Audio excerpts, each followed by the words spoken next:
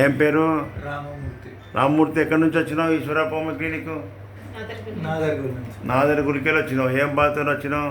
Kidney patient. CKD kidney failure. ఓకేనా అమ్మా? ఎంత? 11. ఒకటే ఉండాల్సింది 11 ఉంది. అప్పుడు ఏమేమి పరిస్థితి ఉండే బాధలు? అంటే యూరిన్ ప్రాబ్లం, కొంచెం మోషన్ రాకుండా, నిద్ర పట్టకపోవటం, అంటే ఫుడ్ డైజెషన్ సరిగ్గా అవ్వకపోవటం అలా ఉండేది. ఇప్పుడు ఆకలి బాగానే. ఇప్పుడు బయట డాక్టర్లు ఏమన్నారు? బయట డాక్టర్ కిడ్నీ ట్రాన్స్ప్లాంటేషన్ లేదంటే డయాలసిస్ ఇమీడియట్గా అని చెప్పారనమాట. మరి కిడ్నీ ట్రాన్స్ప్లాంటేషన్ కిడ్నీ దొరుకుతుంది అయినది ఇప్పుడు? కిడ్నీ దొరకకపోతే నాది ఇవ్వమన్నారు అనమాట. అబ్బో, మరి నిన్ను కూడా ఖరాబ్ చేస్తుంది. నువ్వు ఒక కిడ్నీతో నువ్వు ఫెయిల్ అయిపోతావు. అంతే కదా. మా ఫ్యామిలీ ఫ్రెండ్ ఒకతను చెప్తే మీ దగ్గరికి వచ్చాము. ఈశ్వరప్పమ్మ క్లినిక్ వచ్చి ఎన్ని నెలలు వాడిర్రు?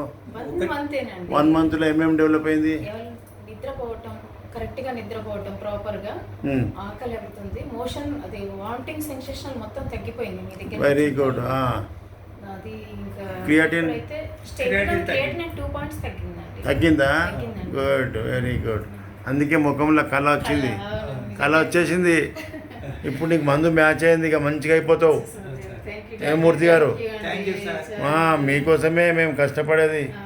బాధలు మంచిగా చెప్పుకోవాలి, కరెక్ట్ మందు తీసుకోవాలి, మంచి రిజల్ట్ వస్తే చెప్పాలి. రాంగ్ ఇన్ఫర్మేషన్ ఇస్తే మందు రాంగ్ సెలెక్షన్ అవుతుంది. అట్లా నిద్ర అయితే హ్యాపీగా పడుతుంది. గుడ్, మంచిగా చేస్తాము. ఇక మంచిగా